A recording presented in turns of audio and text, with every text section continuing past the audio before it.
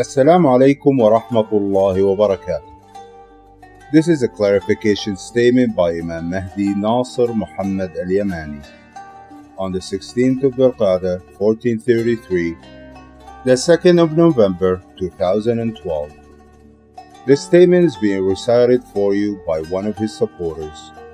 The statement is titled, Important Announcement from Imam Mahdi about the people of the Cave and Al-Raqeem, son of Mary, peace be upon them.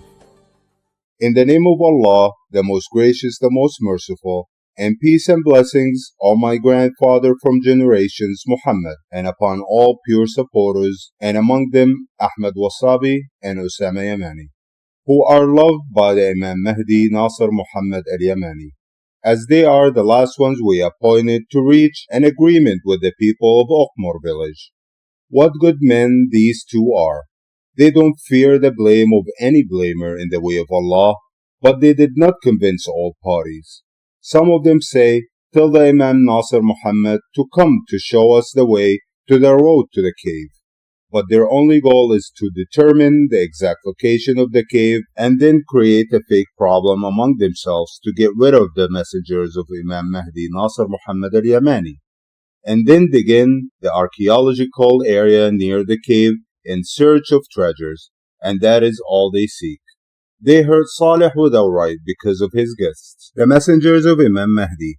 Salih was hiding that from them so that they did not think that he does not want them to be his guests. I say, my dear Ahmad Wasabi and Al-Yemani, good men you are. You have done everything in your power. I have met Salih, and with me was Abu Saif, the man who entered the Ark of Tranquility years ago. And he even opened the coffin and found a giant man laying down in the coffin, and he thought that the man was awake, but he was in hibernate sleep, so he ran away out of the cave.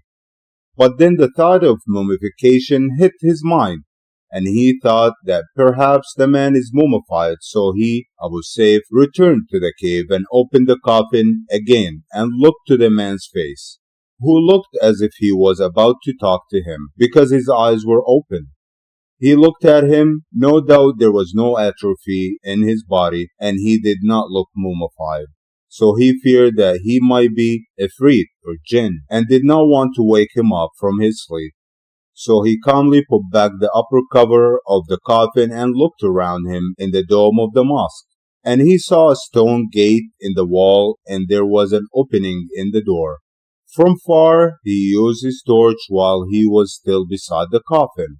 The light entered the opening into a dark entrance. Then he knew that the stone gate is a part of something valuable.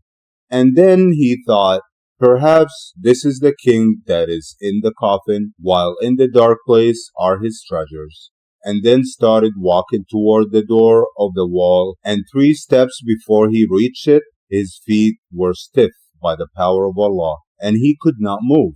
He could not advance 1 step toward the door of the wall. That is mercy from Allah, because if he had opened the door, he would have seen the people of the cave and their dog extending its front legs, and his mind would have gone. Abu Saif felt great fright, although Abu Saif is quite a tough and brave man. And then he left the cave and never looked back. O my people, our attempts to send messengers from the Ansar to the companions of the cave is to film them to the world. But the time for them to wake up is after the punishment planet passes. We want to do that only because we are careful to save Muslims so that they may believe.